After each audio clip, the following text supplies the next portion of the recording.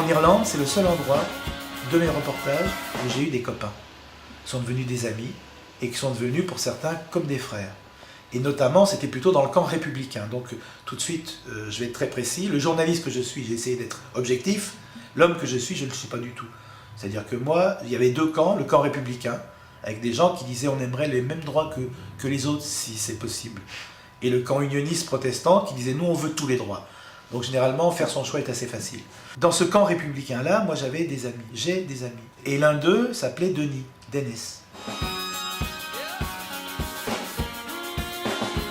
Et Dennis, pendant toutes ces années, pendant près de 20 ans, nous avons été proches. On se voyait, il venait à Paris, j'allais en Irlande, on riait ensemble, on plaisantait ensemble, on chantait ensemble, on buvait ensemble. Et c'est un combattant, c'est un militant de la cause, irlandaise. Et c'est quelqu'un qui avait un truc qui est formidable chez un militant, c'est qu'il n'était pas langue de bois, il expliquait ça avec humour.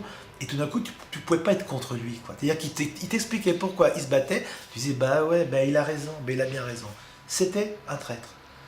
En décembre 2005, on apprend que Dennis trahissait, qu'il travaillait pour les services secrets britanniques, pour l'armée britannique, pour la police d'Irlande du Nord. Je parle d'une trahison en temps de guerre. Donc l'ennemi, dans notre communauté, dans la communauté républicaine, et chez ses amis, l'ennemi, c'était lui. Et tout d'un coup, le traître, ben, c'est celui qui est le plus proche. C'est celui qui ne peut pas être le traître. C'est celui qui est évidemment le mieux, le plus drôle, le plus articulé de tous. C'est le traître impossible, c'était le traître. Comment voulez-vous pas que ça m'obsède? Et mon traître, mon ami, Dennis, je l'ai oublié. Je me suis éloigné de lui. Et j'en ai fait un vieil homme, 81 ans. Je l'ai appelé Tyrone Meehan, Tyrone, son prénom. Et changeant le français, changeant l'irlandais, j'ai pu revisiter toute notre histoire. Alors évidemment, je change des choses, puisque les dates ne sont pas les mêmes, mais tout est là, tout est intact. Il y a une violence qui est, que vous dépeignez très bien dans le livre, notamment quand les prisonniers barbouillent leurs excréments sur les murs. Pourquoi il y a cette déferlante de violence-là? Avant 1976, c'est tout simple. Tous les hommes qui étaient arrêtés, et les femmes avaient un rôle militaire dans cette guerre extrêmement important. Hommes et femmes qui étaient arrêtés les armes à la main, des deux camps, étaient considérés par les Britanniques comme des prisonniers politiques. En tout cas, comme des prisonniers spéciaux.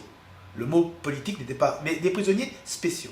Après 1976, on leur enlève le statut. Donc tous ceux pour les mêmes crimes qui arrivent sont des prisonniers de droit commun. Ils disent, ben non. La meilleure preuve qu'ils sont prisonniers de droit commun, c'est qu'on leur demande de porter un costume carcéral de droit commun. Ils refusent. Eux, ce qu'ils veulent, c'est porter leurs vêtements civils. Pour ça, pour la dignité, ils vont enlever les costumes obligatoires, ils vont se mettre nus, s'enrouler dans des couvertures de lit et vivre nus des centaines d'hommes pendant 4 ans. Hiver, comme été, lundi, mardi, mercredi, nus tout le temps, comme ça, sans visite, à l'isolement complet, total, sans radio, sans journaux, 4 ans. 4 ans en disant nous sommes des prisonniers politiques. 4 ans.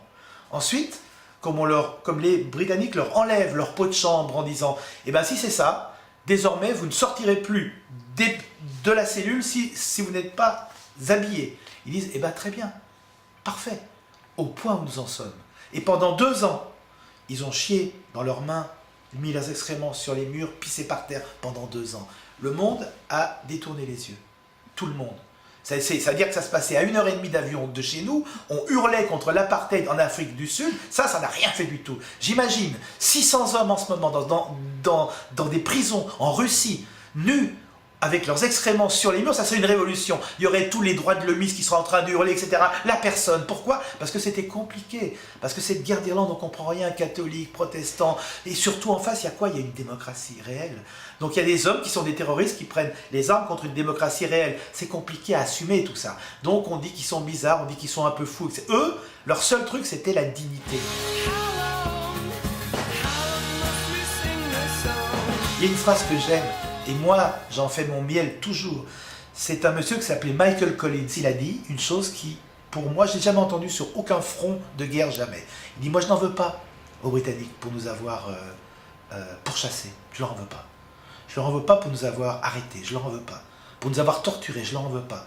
Pour avoir tué les uns et les autres des nôtres, je ne leur en veux pas. Mais je leur en veux pour avoir fait de moi un assassin. Pour ça, je leur en veux. Je n'ai jamais entendu un combattant, sur aucun front que ce soit, en vouloir à l'ennemi parce qu'il l'avait obligé à tuer. Jamais. C'est le seul endroit où j'ai entendu ça.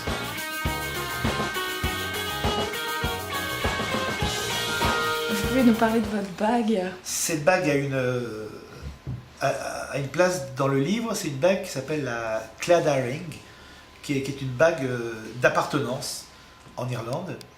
Une bague qui peut être une bague de fiançailles, de mariage, mais c'est pas forcément une bague de fiançailles ou de mariage. Cette bague est une bague catholique qui est devenue une bague républicaine souvent, ce qui fait que lorsque dans les moments très difficiles, quand on traversait le mur qui sépare les deux camps, il valait mieux porter la bague à l'intérieur parce que c'est un signe de reconnaissance. Et on a trouvé dans les années 70 des doigts coupés dans la rue avec la bague. Et vous l'avez mis pour signifier votre engagement à votre femme? Ou pas? J'en ai eu plusieurs. Alors c'est une bonne question parce qu'elle a évolué. D'abord, j'en ai eu en argent, des toutes petites. Donc c'était plutôt mon engagement à la République irlandaise, à l'Irlande, puis à la République. Et ça, c'est une vraie bague de mariage, en fait. Donc ça s'est transformé au fil des temps. Et là, c'est une bague de mariage réelle, mais elle est beaucoup plus... Je veux dire que je sais que même si... Ça ne se produira pas.